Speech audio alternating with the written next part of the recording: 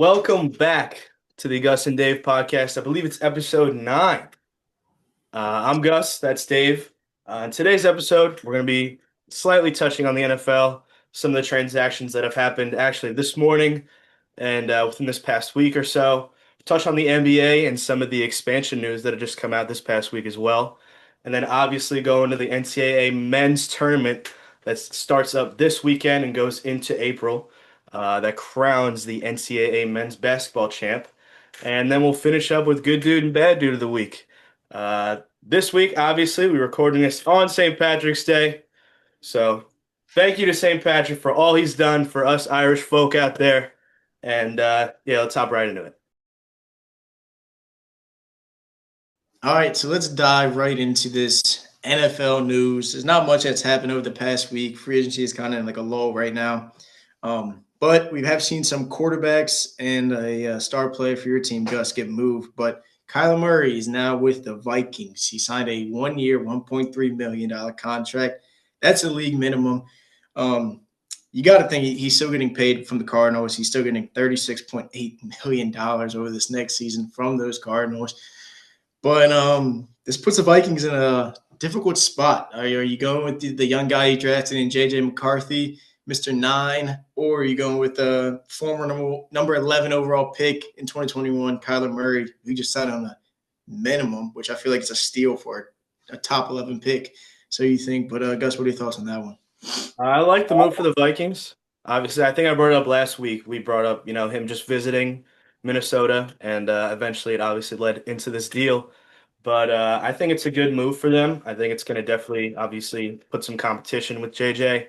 Hopefully, make him a little bit better, make Kyler a little bit better, because you hate to see Jordan Addison and Jettas up there in Minnesota, not getting too many targets last year, not having a Jettas-like season. He still hit 1,000 yards, which is very impressive.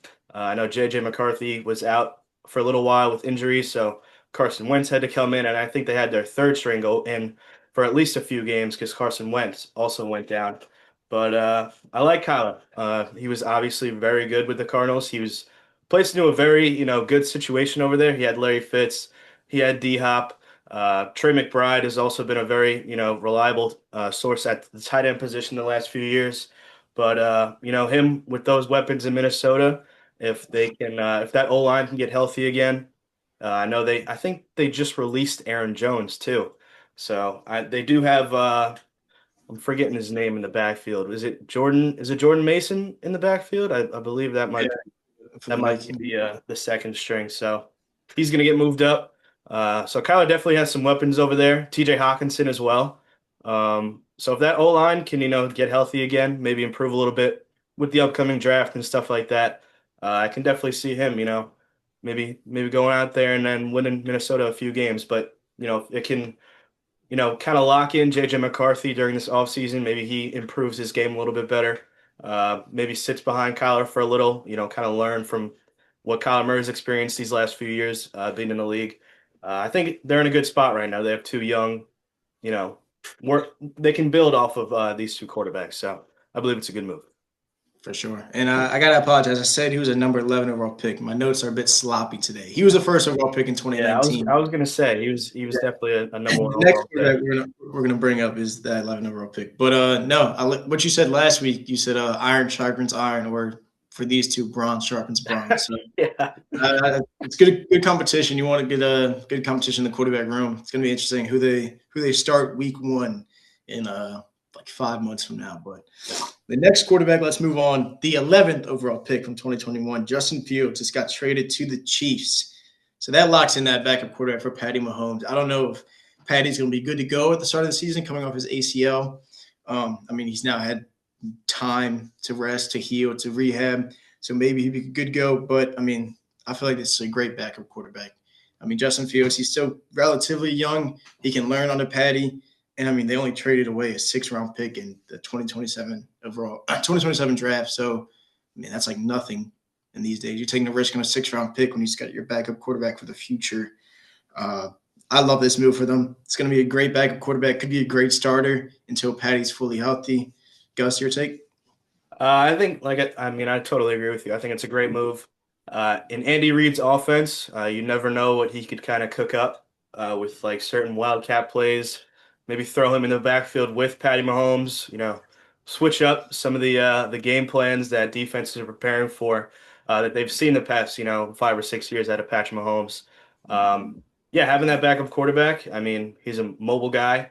Maybe, like I said, putting in a wildcat, two quarterbacks in the backfield, that would be, very interesting, kind of like what Baltimore did with Lamar and RG3 and Tyler Huntley during that whole, stint that they had together. There was definitely some mix-ups in their offensive game plans as well. So I wouldn't be surprised if Andy Reid does the same thing. He's obviously a very great coaching mind, and he's getting Eric Bieniemy back, who was, at the peak of the Chiefs dynasty. That was their go-to offensive coordinator. So they're getting him back in there as well. And yeah, I just think it's an overall great move as well for not, too much. Like you said, a 6th round pick in 27. Yeah, it's a great move. For sure. And then the last big name that came out today, a 1st-round pick Oh of man. this year, pick number 30, a 3rd-round pick for this year, and then a 4th-round pick for this year, heading to the Dolphins for what was their star receiver now since Tyreek Hill's gone, for Mr. Jalen Waddle. He's heading to the Broncos. Gus, you're a Celtics fan, you're a Boston fan, you're a Finns fan. Just take this away. Let me know your thoughts on this. I mean, as a Dolphins fan going into the offseason, I kind of assumed a move like this was bound to happen. After cutting Tyreek, that was obviously, a stab in the chest. Like I said a few episodes ago, I loved him when he got traded here. I loved Waddle when he got drafted right after Jamar Chase had been picked from the Bengals. Um, yeah, it just sucks, dude. It sucks. I feel bad for Malik Willis too. He just signed a 3-year deal with us, $67 million, expecting, some sort of weapons, on the outside at receiver positions. But yeah, our number one now is Tutu Atwell from the Rams that we had just signed. So not a very, very good look. But on the bright side, we still have A-Chain in our backfield. I can't imagine me watching any games if he gets shipped off, because that would be absolutely atrocious to watch Dolphins games if we really just have no weapons whatsoever. But we do have 7 picks in the first 3 rounds of this year's draft, so that's a pretty good, thing to look forward to. Hopefully, our new GM from the Packers can start to cook up in the draft and maybe, get him some more weapons. I know we have, I believe, the 12th pick in the draft, 11th, 12th pick of our own. Like you said before, we got the 30th pick from the Broncos, and then, a few seconds, few thirds. But yeah, very disappointed. My father personally has said that we have turned into the Jets organization. And if you know anything about the Jets organization, it is probably the worst organization in football. So that is not a very good organization to be compared to. But yeah, I mean, it just sucks. That whole 2023 offense is basically gone now. All that's left is A-Chain. He was a rookie back then, not getting too many snaps. I know Mostert took most of those snaps in 2023 when he went to score, 17 or 18 touchdowns, whatever it was. But yeah, Tyreek, Waddle, Tua, Mostert, none of them are there. Just 2 seasons ago, 3 seasons ago, we went on a pretty good season. We got kicked in the first round, but I mean that was peak Dolphins for me in my lifetime, and now none of those players are on the team anymore. So not looking good. Looking forward to the future, but like I said, hopefully the GM can cook up in the draft. Get us some key pieces for our future, but just sucks, man. Absolutely atrocious for Dolphins fans today. Yeah, for sure. I was watching Pat McAfee today and First Take, and I mean, it just seems like the Dolphins are building for that future. Like you said, 7 picks within the first 3 rounds. It's a lot of picks. So I mean, hopefully your GM cooks up. Hopefully they get young pieces that are gonna help the organization in the long run. I mean, that's just it's terrible to see your team get dismantled like that, essentially in a way where the guys you grew up watching, the guys that brought you success, are not there anymore. Yeah, all in the span of about like a month. All right, we Yeah. cut Tyreek, we cut Tua, we trade Waddle. I mean, just an absolutely brutal offseason for us Dolphins fans so far. We lose Bradley Chubb to our arch rival, the Buffalo Bills. We trade Minka to our arch rival, the New York Jets. I mean, it's bad out here. It is a struggle for sure. Yeah, let's go to the reverse side of this trade. Do how the Broncos looking now? I mean, they just made the AFC Championship game, and they lost. I want to say because they didn't have their starting quarterback, so they could have gone to the Super Bowl. And now they're adding Jalen Waddle, a star-studded receiver, in their already good receiver room. I mean, I think this just boosts them up, makes them even more of a contender for next year. Yeah, I mean, I think that the Broncos were kind of looking at last season as like they didn't get lucky, but no Josh Allen, he got kicked in the second round. No Patty Mahomes in the playoffs. No Lamar Jackson in the playoffs. No Joe Burrow. So they didn't get lucky. I don't think that that's what I don't think that's where their mind's at right now. But they definitely needed to get better for next season because all those guys are coming back healthy. All those teams basically got a little bit better. I know Baltimore losing their head coach, but they bring in Trey Hendrickson, and they're definitely going to bring in some more pieces at the draft. Same with the Bengals. And all these teams are just getting better. So, I mean, kudos to the Broncos for, reaching out there and even bolstering that offense even more. I know that offensive line is still going to be the same. Like you said, that receiver room was pretty good. Cortland Sutton, Lil Jordan Humphrey, he's a pretty good deep threat. J.K. Dobbins, and like you said, they're going to get Bo Nix back next year, and that defense doesn't need too much explanation. I mean, it's a stacked defense. So, Yeah, kudos to the sure. Broncos for making that deal. Um, but yeah, sucks for the receiving end of this. Dolphins gonna be a long season for you to watch. Yeah. The last thing I have in the NFL. I'll just touch on my Mandy's, my Commanders. We recently signed Jerome Ford, that running back from the Browns, and I think this completely voids out us ever going after Jeremiah Love, the number 7 overall pick, if he fell that far to us. After his combine, I was big on him. I mean, I saw this guy moving like Usain Bolt. I mean, he ran like a 4.32 or something at that size, and I was like, I want him. I mean, that guy's a stud. But then we signed Rashad White, and then we signed Jerome Ford. So I think Jerome Ford, Rashad White, and Bill Jacory Cross getting married. I think that just takes. There's no point in taking Jeremiah Love anymore because, I mean, you already got 3 running backs. What was the point of bringing on Jerome Ford, if anything? Um, I mean, Jeremiah Love was like a one of a kind running back, one of those guys that you want to take in those first 10 picks. And usually we don't see running backs go that far just because how we've mentioned before of how their career pans out to where they they definitely lose their prime early on compared to other positions. But yeah, I don't think Jeremiah Love is coming to the Commanders anymore. It's sad, but I mean, now I'm looking at Ruben Bain Jr. beefing up that defense even more. Caleb Downs, if he's there, but I'm looking forward for this draft, man. I feel like this is the most excited I've been because the Commanders have a top 10 pick, because we're high up there and just waiting for it. Yeah. I can definitely see, them not taking Jeremiah Love, obviously adding Jerome Ford. Having a three-man backfield though, that's kind of strange. I don't know what their game plan is. I don't know what Dan Quinn is kind of, cooking up in DC, but hey, if it works, it works. I would love to see Bill, like you said, Ja'Cory Crosby Merritt, get more touches this year. I know, obviously, as a fantasy football player, um, you want to see, a main guy in each backfield, but it seems like they, obviously have a three-man backfield now, but it's going to be interesting to see. I mean, Jane Daniels is also a running guy. He could definitely, they're definitely going to have some QB sneaks or QB, plays for him to run out of the pocket and, get out of the backfield. But interesting move. I'm excited to see what they do with that.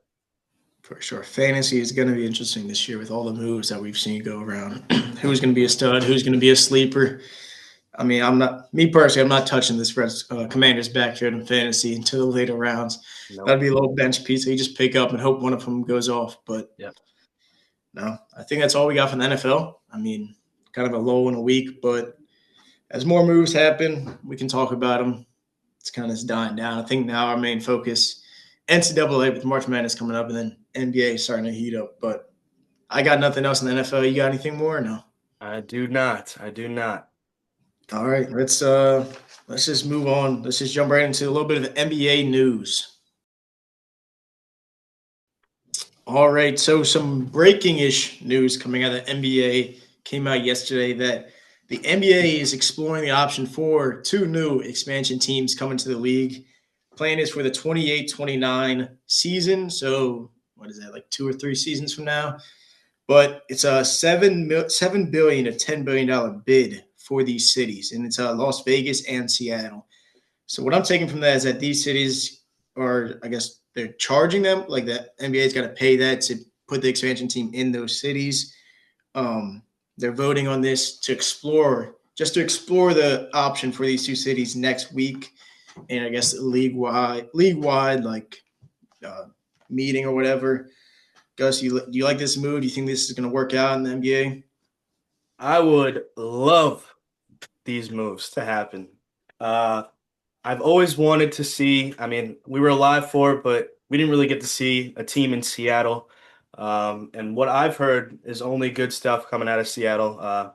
They've obviously great fan bases. The Seattle Seahawks fan base, the 12th man, is always rowdy. I've seen those Mariner playoff games. They always get rowdy over there as well.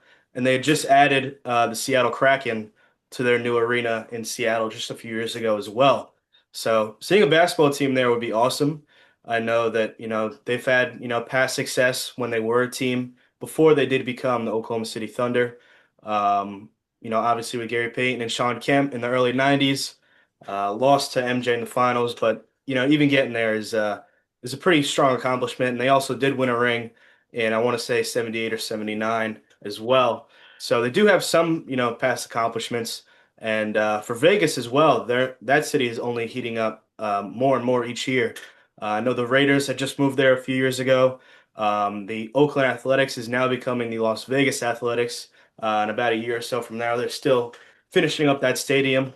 I wouldn't be surprised if, a hockey team is also there, I should say. The Las Vegas Golden Knights was just added, I want to say within the last 10 years or so. And they've only been, killing it in the league too. So, I mean, I love expansion teams. They're very fun, mess around with, in NBA 2K. And I love doing that kind of stuff. And it's only been, so much fun, just playing around with that kind of stuff.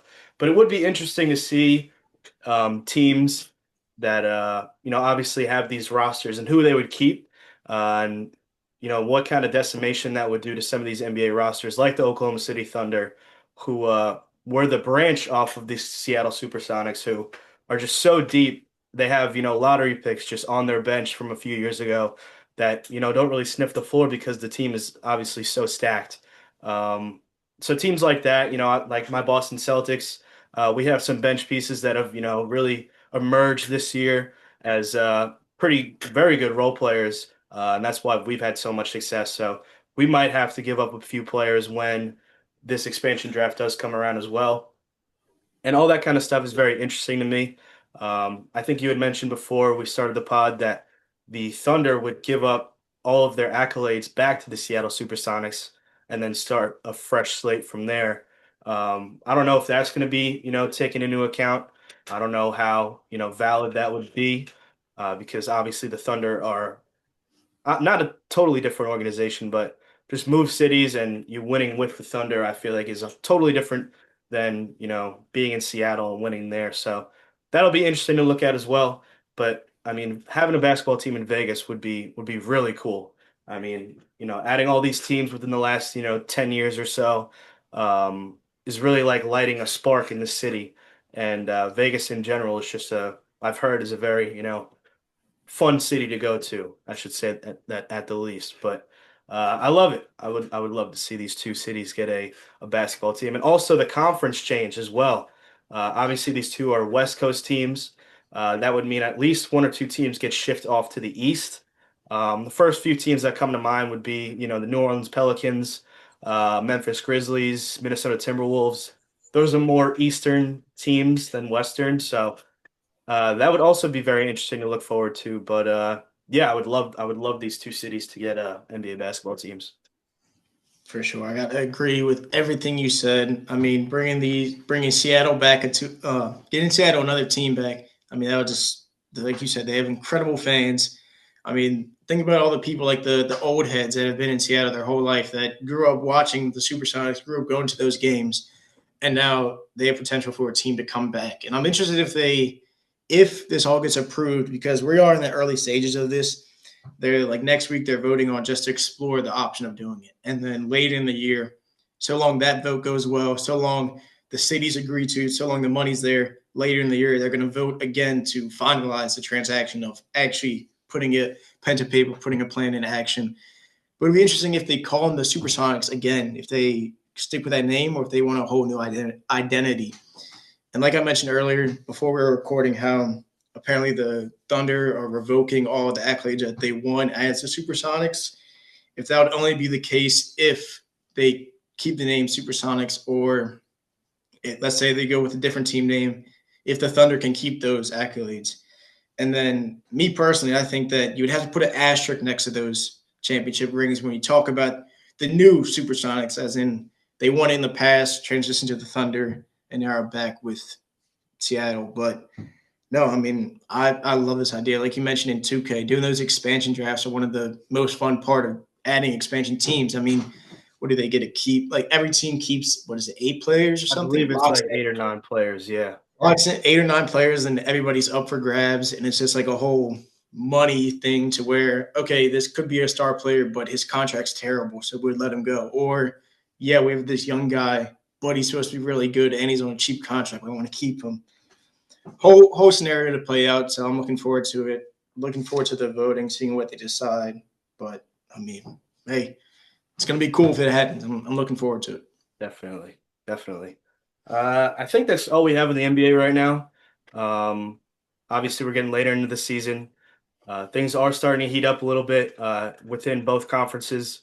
Lower seeds, like in the East especially, the Hornets are still killing it. The Atlanta Hawks are on a 10-game win streak right now. But other than the expansion news, there isn't really much to talk about. But as we get deeper into the season and into the playoffs, we'll definitely start to fill you guys in on some of the key games that are coming up this late in the season, and obviously where everybody ends up seating wise in the playoffs. But we're gonna turn to our NCAA men's bracket and give some of our picks on there. Dave, who did you have to win the NCAA tournament this year? To take it all, I'm going with a fan favorite. I hate doing it because it's the number one seed. I'm taking Duke to win. I mean, their roster is stacked. I feel like they have a pretty, I don't want to say easy path to the final or final four, but I don't see any team giving them, teams can give them trouble. It's March. Anything can happen. I mean, they could lose first round and I could be dead wrong in my tracks, but I don't see them losing. I don't see a team where they would put up a good enough fight to where Duke doesn't play good, but they play well and lose. So I'm taking Duke to win it all. Cool. I mean, I did check the path they have to at least the Final Four, and yeah, it's kind of on the weaker side. But in the second round, they do have a scarier matchup, I would say, for obviously a second round matchup in Ohio State or TCU. I believe Ohio State. I picked Ohio State to beat TCU because Ohio State's been one of the hottest teams in the country as of recently. So they can maybe give Duke some trouble. I know Duke just had some trouble against Virginia in the ACC tournament championship. So, I mean, any of these teams, any of these higher seed teams, even the, lower seed teams that are, coming into March on a high on a high horse. But yeah, I can see Ohio State giving them some trouble. I'm not too sure who else they would come into contact with later in the rounds, but yeah, I mean, Duke's a great team this year. They're obviously stacked top to bottom, offensively and defensively, and they have, one of the best players in the country in Cam Boozer. So I can definitely see them pulling it off. Personally, I have Houston winning this year's NCAA tournament. They made it to the finals last year, obviously lost to Florida. I know it was very controversial last year. It was a close game overall. They came down the court. I believe they, lost the ball like down two with a few seconds left, and that was really the game. But they do have a lot of returning players. They do have two very highly touted freshmen in on this year's team. Fleming's their point guard, and I want to say Sinak, one of their forwards, are two very good players. They have been all year, and adding those two to this roster of Houston players that have been there already.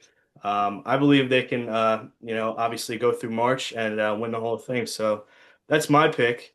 I know we have some games tonight. I'm not too familiar about really any of these teams. that are in the play-in tournament besides, Miami, Ohio, or I should say the 11 seeds I'm more familiar with than the 16 seed games. But tonight we do have UMBC versus Howard. The winner of this game goes and plays Michigan, the number one seed. So that's a pretty tough game that they're going to get themselves into if they do pull off this win tonight.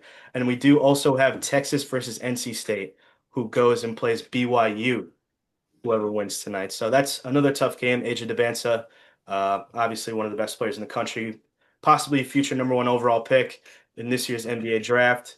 You know, any of these winners of these games tonight is definitely going to get themselves into a sticky situation in the NCAA tournament. So, but we'll see. Like Dave said, it is March. Anything can happen. I'm super excited to tune into March Madness this year. I feel like this March Madness has been very hyped up this year. This freshman class coming in, obviously one of the best we've seen in a while, and college basketball as a whole has been very fun and exciting to watch this year. So I'm looking forward to it. I'm looking forward to it. Who's your biggest surprise team? What team do you have going the furthest that you think others wouldn't? Let's say. Um, this year, I mean, I really do like Michigan State. I know they're a three seed, but I do have them making the Final Four. Mike Izzo in March is, one of the best coaches of all time when it comes to college basketball. And that team, Cohen Carr, Jeremiah Fears, if they can get the ball rolling, beat these lower seeded teams early, get hot. I know they just had a mediocre Big Ten tournament championship run, but they did run into some, great teams that are in the Big Ten. And I wouldn't be surprised if any of those teams make a run in March as well. I know that some of them are very highly seeded, like Purdue's a two seed. I want to, like I said, Michigan's a one seed, Michigan State's a three seed. Nebraska, I believe, is also a two seed. But yeah, any of those Big Ten teams could definitely make a run in this tournament. It's been a very competitive, you know, division as a whole. But yeah, Michigan State's kind of not a sleeper, but I believe that they can make a very big run as a three seed in this tournament. For sure. I guess one of my biggest surprises, I got BYU making a run to the Elite Eight. I got them upsetting Gonzaga and then upsetting Purdue, eventually losing to Arizona in the Elite Eight. But I mean, that boy AJ, dude, he's a baller, man. I'm rooting for that guy. I mean, I feel like future number one overall pick, most likely, so long he enters a draft, and he's just gonna put on a show. I mean, all the eyes are on him. He's gonna ball out. He's gonna upset those Zags and then upset Purdue as well. But yeah, and then also I like that Virginia. upset. I like that upset against Gonzaga. I don't believe Gonzaga is really what they used to be back when they had, Chet and Jalen Suggs and, Domantas Sabonis has been there in the past. But I really do. I like that pick, Dave. I do. Yeah.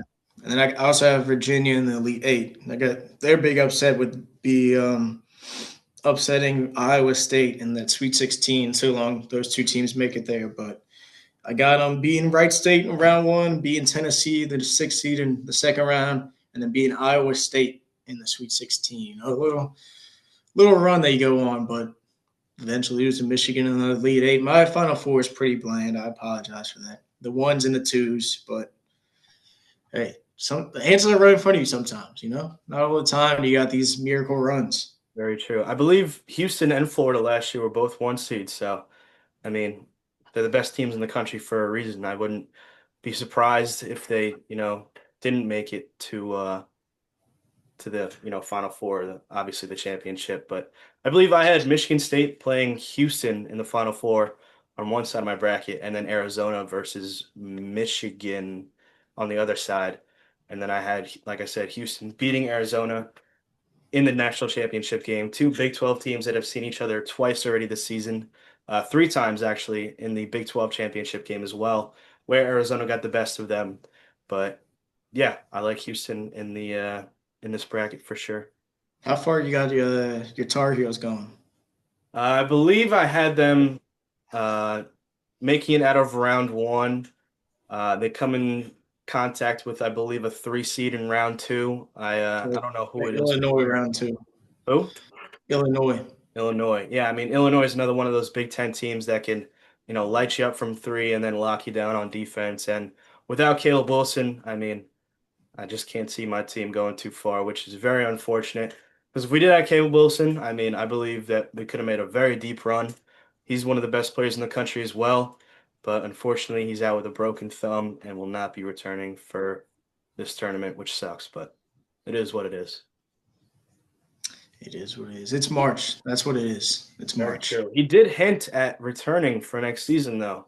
I believe I saw on an Instagram cap or an Instagram comment that he left on some, tribute video because a lot of, North Carolina fans like me believe that he probably will enter the draft this year and wouldn't blame him for it. I mean, he's going to go, within the top five, but he did leave a comment on one of those tribute videos saying, "Run it back?" question mark. So look out for that. He might come back for a second year to try and bring the Tar Heels another national championship to add to their resume. But you never Okay. know.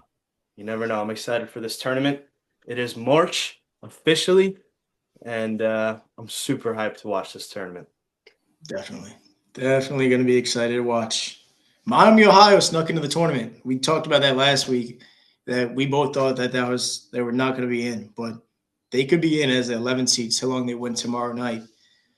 I don't see winning tomorrow night, but I mean, I don't know how they got led in the tournament. I mean, I know the perfect regular season. I mean, that's something that we don't see these days, but I mean, you're playing MAC teams, dude. I think I don't know. I mean, Coastal had a tougher schedule than Miami, Ohio. We didn't go 31-0, but they don't belong in the tournament just because of their first round bounce in that MAC tournament. But I don't see them making it either way because they're going to lose to SMU tomorrow night. Me personally. I'm excited to see what this Miami Ohio team does because, I mean, if they do beat SMU, they get the 11 seed, and then they go against an SEC team in Tennessee, which would be a hell of a story to watch because these SEC teams are absolutely stacked, no matter, who it is, whether it's, Tennessee, um, Arkansas, Alabama, any of those teams. SEC is always going to have just bigger and better players than any of these group of five, schools. So that's going to be an interesting game to watch if they do make it. For sure. But I believe that's going to be it for our predictions. Obviously, we'll have more for you guys next week as the round of 64 and 32 round up. But let's hop right into our good dudes and bad dudes of the week. All right, now on to our good dudes and bad dudes of the week. I'm going to start off with my good dude of the week. And this week it's going to be Roman Anthony. Red Sox starting left fielder for the USA in this World Baseball Classic. He got on the USA team due to an injury to Corbin Carroll, the Arizona Diamondbacks left fielder. He got put on the team. He's 21 years old. People aren't really expecting him to go really crazy in this World Baseball Classic, but he's done the exact opposite. I'm pretty sure he's hitting over 300 with his batting average in this whole World Baseball Classic. Also has 2 home runs along with a few RBIs as well. He also hit the go-ahead game or go-ahead home run in the game against the Dominican Republic the other day. Final score of that game was 2-1.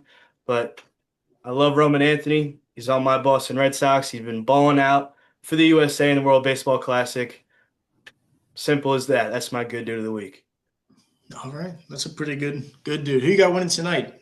We got the baseball classic on. I mean, Come on. is it an obvious answer? Come on. It's an obvious answer. USA, baby. Yeah, USA on St. Patrick's Day.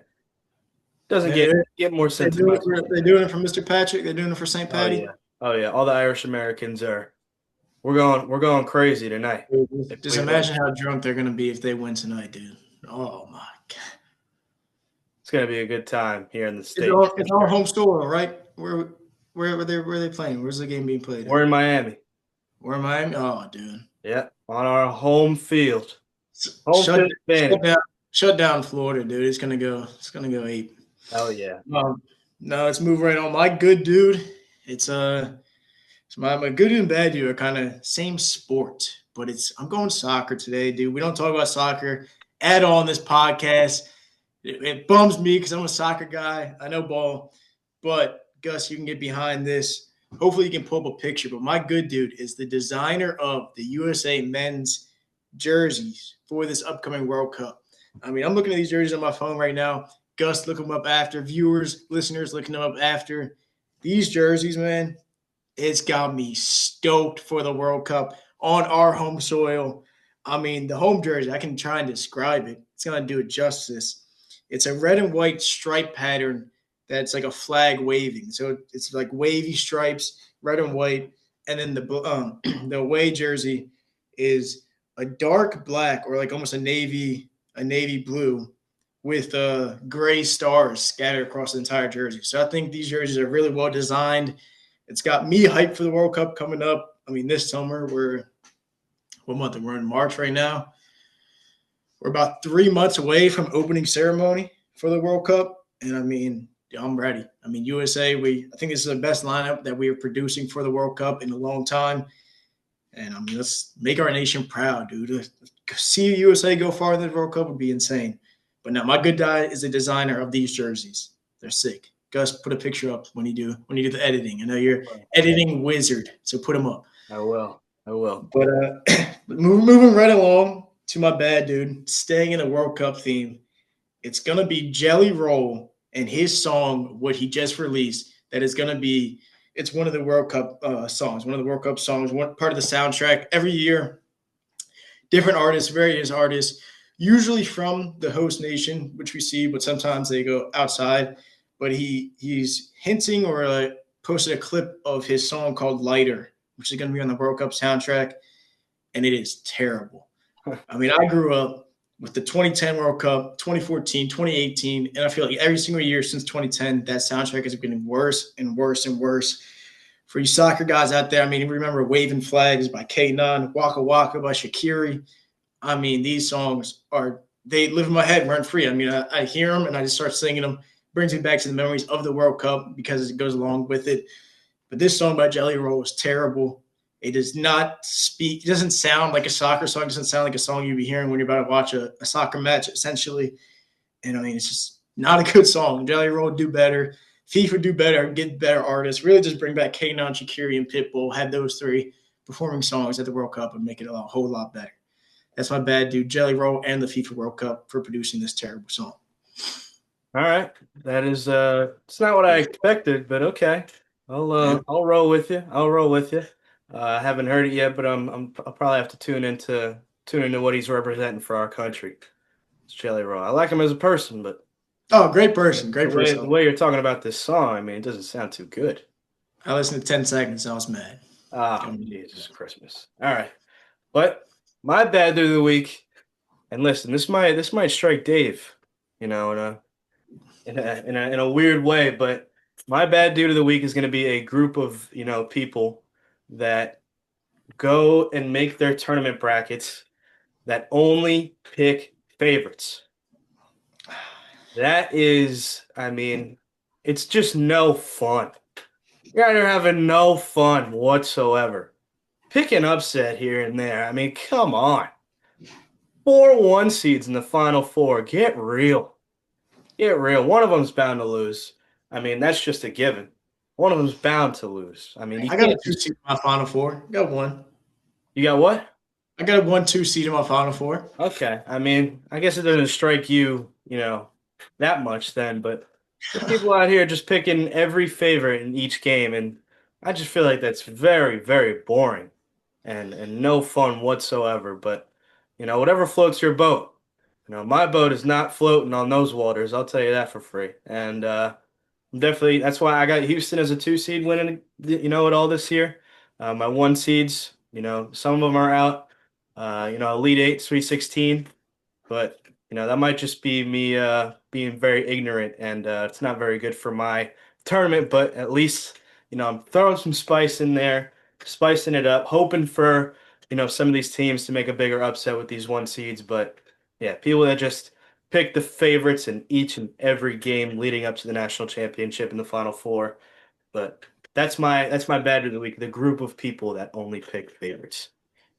But I think that's fair. It's a fair bad, dude. I mean, I think I actually saw something today or the other day that Ryan Clark on First Take the past 2 years, I think he's picked all 1 seeds in the Final Four. And I mean, he's an ESPN analyst. ex-NFL football player, and he's going all 1 seeds. It's boring, but I mean, hey, sometimes it's right there in front of you, you know? Yeah, sometimes it works, but that's no fun. It is no That's fun. no I have to agree. fun. I have to agree. But I believe with that, that's going to wrap up this week's episode of the Gus and Dave podcast. We'd like to thank you again for tuning in to episode 9. Next week, we should have a podcast out about the same time. We'd like to wish everybody a happy St. Patrick's Day. Go out and celebrate my heritage, your heritage, whatever you are. Go have a pint with your lads at the local pub. And let's have a day. Let's have a weekend. But like again, thank you guys for watching, and we'll see you next week.